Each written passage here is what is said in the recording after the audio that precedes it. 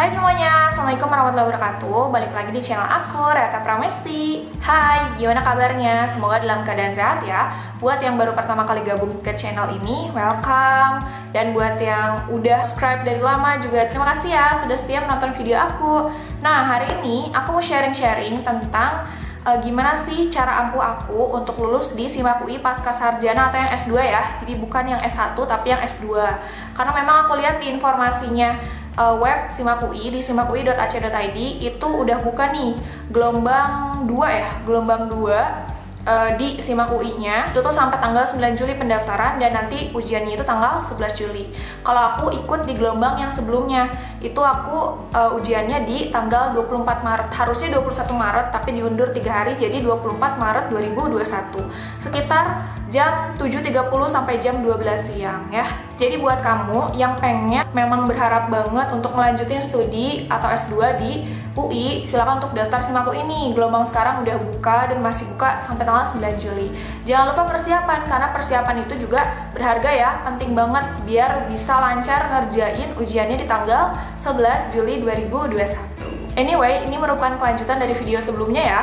Jadi sebelumnya aku udah bikin video bukain pengumuman sendiri di SIMAK UI S2 dan alhamdulillah lolos. Aku lolos di jurusan Magister Akuntansi S2 UI. Alhamdulillah banget, bahagia banget. Belum sih, belum mulai perkuliahannya. Sekitar bulan Agustus, kayaknya Agustus akhir. Maka dari itu, ketika sekarang masih ada waktu nih buat sharing-sharing, aku pengen sharing aja, semoga bermanfaat ya. Jadi aku bakal sharing tentang gambaran SIMAK UI itu seperti apa. Lalu nanti tips aku lolos, kayak do and dance-nya gitu, sebelum saat persiapannya di hari H. Jangan lupa bantu like, comment, share, serta subscribe ya channel ini. Aku juga punya Instagram, punya TikTok yang suka bahas soal-soal. Bisa jadi referensi belajar kamu nih yang lagi mempersiapkan ke ujian-ujian masuk perguruan tinggi.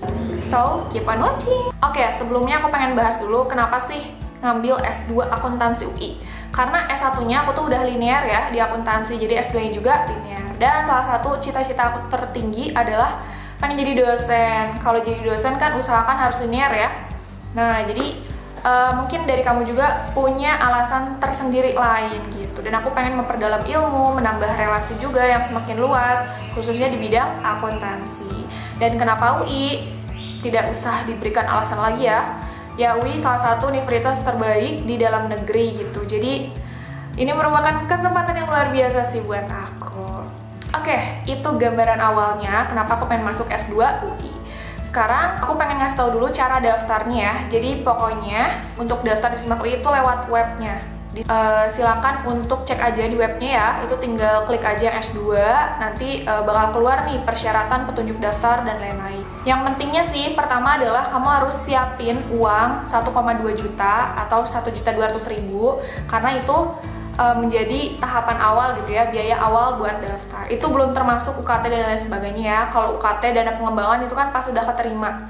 Dan biaya awal ini dibayarkan ketika kita sebelum ujian. Nah, terus kamu harus pikir-pikir nih, kalau misalnya pengen ikut SIMAK UI, nanti kuliahnya itu pengen ngambil kelas reguler atau kelas malam. Kalau kelas reguler itu tuh dari pagi sampai sore, dari Senin sampai Jumat, jadi weekday. Tapi kalau kelas malam itu di Senin sampai Jumat jam 4 sampai jam 8 malam, sama ada hari Sabtunya itu jam 8 sampai jam 12 siang ya. Kebetulan aku itu ambilnya kelas reguler, jadi pagi sampai sore di weekday. Aku tuh sebenarnya udah kerja juga, tapi kerja aku tuh lebih efektif di sore ke malam. Jadi aku pikir semoga bisa gitu ya bagi waktunya. Amin, doain ya. Nah, yang membedakannya juga antara kelas pagi dan malam adalah jumlah kuotanya. Kamu juga harus pikir-pikir nih, kuota reguler itu lebih sedikit loh. Kalau di jurusan aku itu sekitar 20 sampai 25 untuk yang reguler. Kalau yang malamnya itu lebih banyak, 2 kali lipatnya di 50-an. 40 sampai 50 ya. Jurusan lain beda-beda. Kamu bisa cek aja di daftar prodinya, di situ bakal ada kuotanya. Selain itu di administrasi juga ya siapin berkas-berkas yang penting aja seperti ijazah, transkrip nilai, foto berlatar belakang merah atau formal ya, merah atau biru, pokoknya formal. Nah, terus jangan sampai salah mengisi identitas resmi gitu ya, jangan sampai kelebihan 1 huruf, kekurang 1 huruf. Pokoknya usahakan di administrasi tuh semuanya clear gitu, tanpa ada kesalahan sekecil apapun. Karena bisa jadi kan kita terdiskualifikasi karena hal-hal sepele, sayang banget ya. Nah, nanti kalau misalnya administrasinya udah beres, tinggal bayar aja. Nanti ada cetak kartu billing sebesar 1,2 juta. Kalau aku itu bayarnya lewat transfer Bank BNI, jadi aku nggak lewat teller ya. Tapi bisa kok lewat teller. Aku pengen lebih gercep aja gitu. Nah, nanti jangan lupa print kartu daftarnya, karena itu penting banget ngelihat kode ujian juga. Tahu juga nanti waktu-waktunya itu TPA kapan, bahasa Inggris juga kapan gitu ya. Nah, udah cetak kartu pendaftaran, tinggal nunggu aja deh ujiannya itu hari apa, jam berapa. Jangan sampai telat ya, please banget. Ini hari sakral, udah bayar mahal, jangan sampai telat, oke? Setelah nanti ujian, bakal ada ujian khusus sesuai dengan prodi ya. Ada juga beberapa prodi yang emang gak ada ujian khususnya, jadi emang setelah ujian tinggal nunggu pengumuman. Tapi untuk prodi aku, itu tuh ada nih ujian wawancara. Jadi ada 2 wawancara sama psikologi sama prodinya, prodi atau kepala prodinya. Udah deh, tinggal tunggu pengumuman lolos atau tidak, oke? Tadi tuh tentang gambaran daftarnya seperti apa dan flow-nya seperti apa gitu ya sampai pengumuman. Nah, sekarang aku mau ngasih tahu gimana sih cara aku lolos SIMAK UI S2 dengan waktu hanya sekitar sebulan aja. Seriously, ini persiapannya emang sebentar gitu, cuma sebulan sebelum ujian. Jadi kunci dari aku adalah pertama, cari tahu secara dalam ya, dalam banget ke orang yang udah duluan ujian dan lulus ya tentunya. Nah, yang kedua adalah disiplin belajar, konsisten. Nah, untuk poin yang pertama, aku itu bahkan sampai ngechat 4-5 orang lah cutting aku yang tahun lalu ujian SIMAK UI S2 dan lolos gitu. Aku cari tahu nih cara belajarnya gimana, pakai buku apa gitu ya. Dan beda-beda gitu ya. Aku tuh jadi ngerasa, wah ternyata cara belajar orang beda, referensinya juga beda. Tapi itu jadi insight baru ke aku gitu ya. Dan aku juga harus menemukan jati diri belajarnya itu seperti apa gitu ibaratnya. Yang kedua adalah disiplin belajar, karena soal SIMAK 2 UI itu susah ya, sulit gitu. Apalagi kalau misalnya nggak belajar, sayang banget gitu, ibarat itu buang-buang uang kan, 1,2 juta. Makanya kalau misalnya kita udah mempersiapkan tuh ya setidaknya tuh kita tuh hatinya tenang gitu ya, udah mempersiapkan lah apapun yang terjadi ya udah gitu kan, kita terima. Tapi kalau misalnya kita nggak mempersiapkan, kalau misalnya nggak lolos tuh bener-bener sakit gitu kan. Oh ya, selain itu juga aku sering banget lihat di YouTube gitu ya orang-orang yang sharing tentang pengalamannya lulus. Mereka bener-bener insightful banget. Oke, nah dari semua yang udah aku tanyain, dari yang udah aku tonton juga, akhirnya aku memutuskan belajar di beberapa buku. Anyway, SIMAK UI S2 itu ujiannya, subtesnya itu adalah TPA yang tes potensi akademik gitu ya, kayak tes psikologi gitu. Dan yang kedua adalah tes bahasa Inggris. Nanti detailnya bakal aku kasih tahu ya. Aku sekarang mau kasih tahu dulu referensi belajar aku tuh dari mana aja. Yang pertama itu adalah buku yang aku beli dari Shopee. Jadi ini adalah kumpulan soal-soal di tahun 2019 ya. Kayaknya belum diupdate sih, karena mungkin yang jualnya juga orang ikut di tahun 2019. Tapi ini masih make sense kok. Itu harganya itu sekitar 135.000. Lalu yang kedua adalah buku Otto Bapenas, karena memang aku juga seorang kreator ya, kreator yang suka bahas soal. Ini juga membantu aku sih buat bahas soal-soal seperti itu gitu. Jadi nggak hanya buat belajar SIMAK UI, tapi juga untuk membuat konten juga ya bisa. Itu di harga 116.000. Lalu buku Longman, ini buat yang bahasa Inggrisnya. Kalau ini aku dulu dikasih nih sama saudara aku, jadi ya gratis ya hitungannya. Tapi kalau cari di Shopee itu kayaknya sekitar 200-300 sih. Selain itu aku juga maksimalkan sosial media gitu ya, kayak misalnya YouTube, TikTok, Instagram. Aku bener-bener ikutin semua informasi tentang UI gitu ya. IG, TikTok, aku follow aja gitu orang-orang yang suka bahas soal. Jadi FYP aku, explore aku, itu tuh selalu keluar bahas soal-soal yang berhubungan dengan SIMAK UI atau pokoknya soal-soal masuk perguruan tinggi. Setidaknya itu mengasah kemampuan kita juga kan. Di saat misalnya kita lagi capek, lagi males scrolling media sosial tuh bisa juga sambil belajar. Oke, sekarang aku mau ngasih tahu tentang apa aja subtes di SIMAK UI dan juga waktunya ya, waktu setiap subtesnya. Jadi sesuai dengan kartu ujian di sini, itu tuh mulainya kalau pagi sampai siang ya, itu sekitar 7.30 sampai jam 12 siang. 7.30 sampai jam 8 itu mengisi data diri, jadi nanti dipastikan aja gitu, jangan sampai salah. Terus jam 8 sampai jam 10 itu TPA, tes potensi akademik ya, itu sekitar 2 jam atau 120 menit. Selanjutnya nanti bakal ada istirahat dulu 15 menit, jadi boleh nih kamar mandi kalau misalnya pengen, atau pengen minum dulu gitu, boleh. Selanjutnya di 10.15 sampai 10.30 isi data diri lagi untuk yang bahasa Inggris. Jadi bakal ada 2, TPA sama bahasa Inggris. Oke. Nah, di bahasa Inggris ini waktunya lebih sebentar daripada yang TPA, yaitu hanya 1 jam 30 menit atau 90 menit. Jadi dari jam 10.30 sampai 12.00. Oke, sekarang kita masuk ke subtesnya. Jadi di sini tuh ada TPA. Jadi di SIMAK UI itu ada TPA, tes potensi akademik, dan bahasa Inggris. Kita harus tahu juga nih, gimana penilaiannya biar kita bisa buat strategi. Untuk yang TPA, itu tuh benarnya itu +4, salah -1. Jadi aku bener-bener kerjain yang bisa aja. Tapi kalau bahasa Inggris itu nggak ada plus minus. Jadi usahain semua jawab ya. TPA itu ada sekitar 100 soal, kalau bahasa Inggris itu sekitar 90 soal. Oke, untuk yang TPA, sub ujian di dalam si TPA itu ada namanya verbal.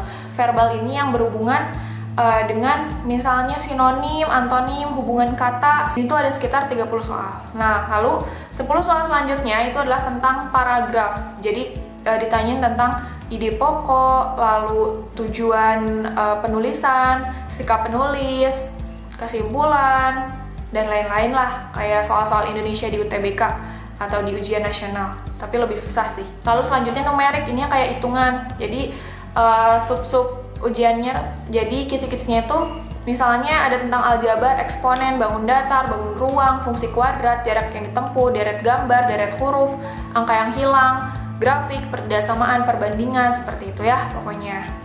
Lalu untuk yang kuantitatif ini adalah sekitar 35 soal.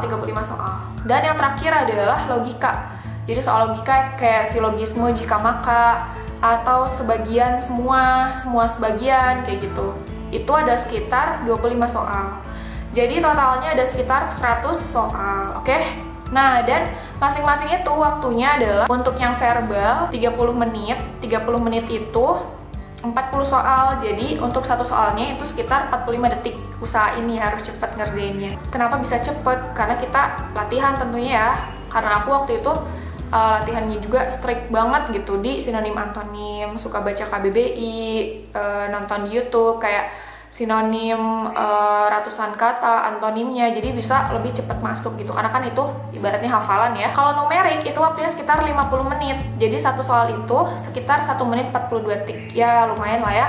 Kalau misalnya lebih dari 1 menitan, menurut aku sih skip aja gitu, karena nanti buang-buang waktu, apalagi kalau salah kan jadinya -1 gitu. Lalu yang terakhir logika. Lalu logika, aku tuh belajar ininya rumusnya dan juga yang pakai diagram Venn gitu. Jadi ada 2 tipe yang aku pelajari.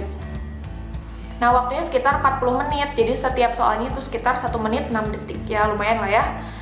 Soalnya kalau di SIMAK UI itu si logikanya itu nggak hanya kayak satu kalimat doang, kayak misalnya saya haus maka minum, saya tidak haus maka nggak kayak gitu, tapi bahkan beberapa kalimat gitu, itu yang bikin susahnya di situ. Oke?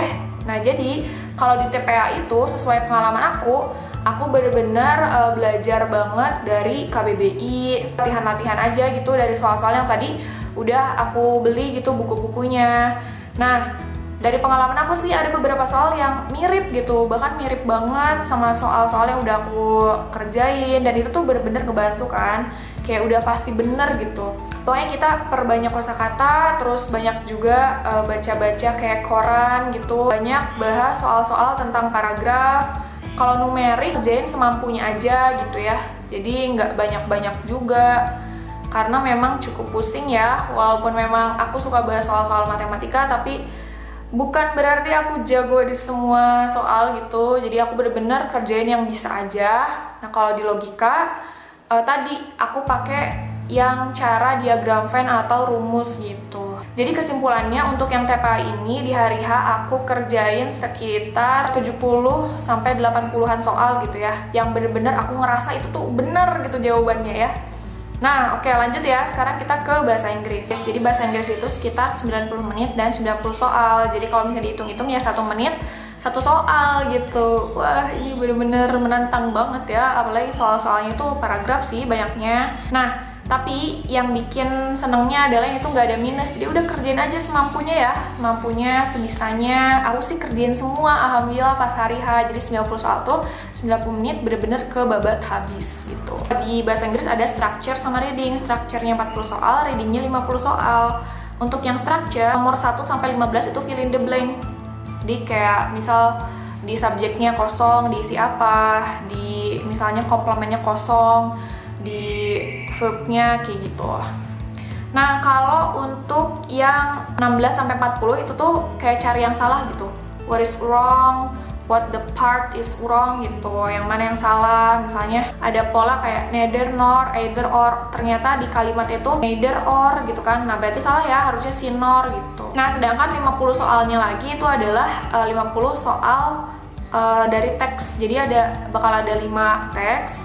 Nah, 5 teks ini tuh bakal ada beberapa soal beranak gitu. Jadi pokoknya totalnya itu 50 soal. Nah, kalau tadi tipsnya sih aku fokus aja di buku yang Longman. Kalau untuk yang structure, kalau untuk reading aku sering-sering baca novel, aku sering juga baca BBC News, TED Talks kayak gitu, nonton-nonton videonya, kayak nambah-nambah vocab, terus ngebenerin grammar, seperti itu. Practice makes perfect banget sih. Tapi jujur aku ngerasa lebih terbantu aja gitu di bahasa Inggrisnya. Aku ngerasa bisa gitu ya, pede aja gitu. Akhirnya ya udah gitu. Pas udah ngerjain TPA sama bahasa Inggrisnya, submit aja dengan berdoa ya, bismillah gitu, semoga lolos. Udah deh, jadi tadi kesimpulannya aku ngerjain TPA sekitar 75 soal. Dengan persebaran soalnya itu aku ngerjain 20 di hubungan kata, 10 di paragraf, jadi semuanya. Terus cuma 20 di numerik, 25 di logika, itu totalnya 75, dan bahasa Inggrisnya semuanya ya. Nah, udah deh, tinggal nunggu pengumuman. Kalau aku 2 kali gitu ibaratnya tuh kan, ada ujian dulu, ujian wawancaranya ya, ujian wawancara bareng psikolog sama Kak Prodi, yaitu kayak wawancara biasa aja sih, nanyain kayak motivation, background, dan ya pertanyaan-pertanyaan dasar lain aja sih. Kalau misalnya kita udah terbiasa untuk ngejawab pertanyaan di organisasi, insya Allah lah mirip-mirip gitu. Cuma lebih pressure aja ya sama orang penting. Tipsnya nih di hari H dari aku adalah, pertama, jangan ngantuk. Jadi usahain jangan begadang lah, udah 1 hari sebelum ujian tuh kita refresh otak aja gitu, me time aja, banyak berdoa gitu, semoga dilancarkan ya. Minta doa ke orang tua juga, karena jujur aku tuh ngantuk gitu pas ngerjain bahasa Inggrisnya. Jadi aku pengen kalian tuh nggak ngulangin kesalahan aku ya. Aduh, bener-bener ngantuk tuh kayak jadinya nggak fokus. Terus yang kedua, soal numerik kerjain yang bisa aja gitu. Soal-soal verbal kerjain yang bisa aja, kalau nggak bisa skip karena dia ada poin minus. Hati-hati ya. Bahasa Inggris, kalau bahasa Inggris aku tuh selalu pada prinsip dulu soalnya baru lihat paragraf. Soalnya kayak versi objek itu ke si subjeknya kayak gimana gitu, dan itu bener-bener bantu banget kalau misalnya kita langsung baca keseluruhan. Itu kayak buang-buang waktu sih kalau menurut aku ya. Oh iya, dan juga sistem di SIMAKUI itu dia itu block time. Jadi per subtes habis waktunya, nanti lanjut ke subtes berikutnya. Jadi kalau misalnya emang belum bisa, ragu-ragu, tinggalin dulu, nanti kerjain lagi kalau misalnya masih ada waktunya. Dan di hari H juga usahakan pakai baju formal ya. Kalau aku itu pakai baju warna putih, terus kerudungnya biru. Terus yang ketiga itu kalau misalnya pengen ke belakang, ke kamar mandi, silakan ke belakang dulu, karena kita baru istirahatnya itu setelah ujian TPA. Yang keempat, webcamnya itu usahain nyalain itu jelas gitu, jadi jangan blur-blur gitu. Yang kelima, jangan gerak aneh-aneh ya pada saat ujian, jadi jangan pakai joki juga lah, udah kita pede aja gitu sama kemampuan kita sendiri. Selanjutnya nanti kode ujiannya jangan lupa simpen tempel di dada gitu ya, nanti aku kasih lihat contohnya. Jangan lupa juga siapin kotretan kosong. Kalau misalnya ada HP di sekitar, jauhin dulu lah ya, jadi kita biar fokus sama ujiannya. Terakhir, jangan lupa berdoa. Nah oke, so gitu aja informasi di video kali ini. Semoga bermanfaat dan semoga bisa membantu kamu ya untuk lolos di SIMAKUI S2. Tetap semangat, kalau misalnya ada kemauan pasti ada jalan. Oke, thank you for watching. Jangan lupa bantu like, comment, share, serta subscribe ya channel ini. Kita ketemu lagi di video selanjutnya. Bye!